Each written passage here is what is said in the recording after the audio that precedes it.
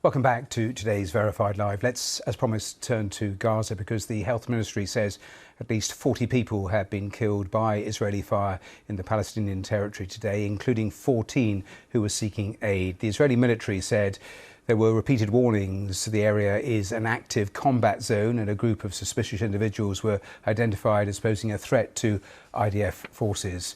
Well, witness reports and medical officials inside Gaza said that more than 50 people were killed yesterday when Israeli forces opened fire using tanks and drones in what was potentially the deadliest of the shootings that have taken place near aid distribution sites. Well, a little earlier, James Elder from UNICEF, he posted this video from Gaza in the last 36 hours. Have a look at this. I just spoke with a woman who spent 9 years trying to conceive, and now her only child, her son and her husband have just been killed. The look of despair in her eyes. Immediately after, I'm talking to a mum who is watching her little boy die in front of her because he's denied medical evacuation. Or I think of little Rehab I met who said, and I'll read it, they killed my mother. I used to be beautiful. Now I cannot wash. What do you want me to say? What is there to say in the face of such pain? Such pain here in Gaza and such impunity everywhere else. Sorry. Yep, maybe that's it. Sorry. Well, that was James Elder in Gaza. He's now out of Gaza. He joined me just a little earlier on the programme and we talked about that heartbreaking video and what he's been seeing over the last few days. When you and I are speaking now, there is without doubt Gaza is in its worst state. And that's because of everything that we know, because there's an attempt to circumvent an aid system and militarise it and mass casualty events every day because 500,000 people are starving and they're taken to official combat sites, and then the scenes are horrendous. I would see them in the evenings from where I stayed. But now at the same time we have a water crisis, which is famine-like of water, if you will. Ever since the horrors of October 7, Matthew, electricity was turned off to the Gaza Strip, so water supply requires fuel from the wells, from the desalination plant to the trucks. No fuel has been allowed in Gaza for 100 days. That continues. We start seeing children die of thirst. Already people are drinking brackish water. We have not seen this before. So yeah, the people of Gaza have been pushed to another brink. When you say things are getting worse, we see the pictures. All of us are constantly updated by statistics, just raw numbers. It's really difficult to actually be able to gauge what people are going through. Just give us more of a glimpse of the sorts of things you have seen.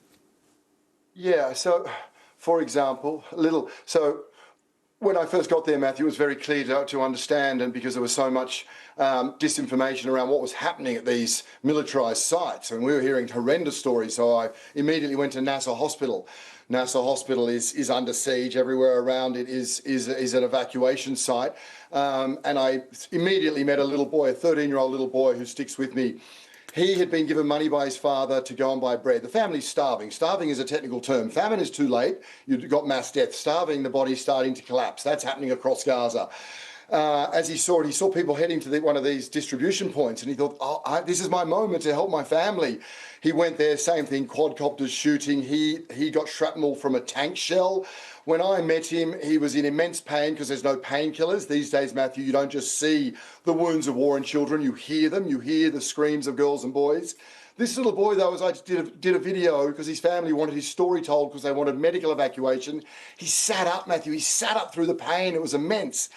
Anyway, Abdul Rahman, 13-year-old boy, and I saw him a couple more times. His mother doing everything she possibly could. His situation declining. Countries around the world not willing to take children. And the day I left, he died. Another child who's, killed trying to get food for their families. Those stories, north to south, east to west.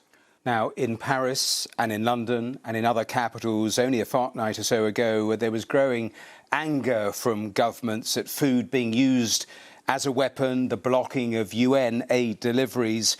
How concerned are you that we now have another conflict in the Middle East, Israel, Iran, that appears to be again diverting attention and focus?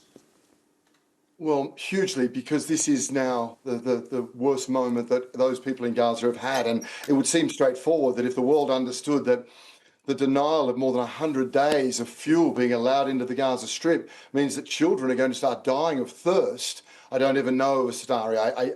There is not a historical precedent whereby a population is denied all the means of survival whilst they are bombed on a daily basis and not allowed to leave the combat site.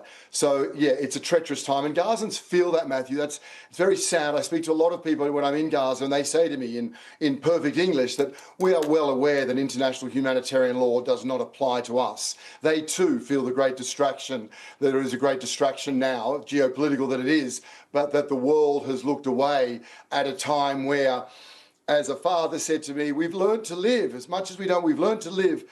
Having lost loved ones, having seen our home of 30 years that we took 30 years to build destroyed, we've even learnt to live without food for a week. We can't live without water. Yes. But the world's attention is diverted.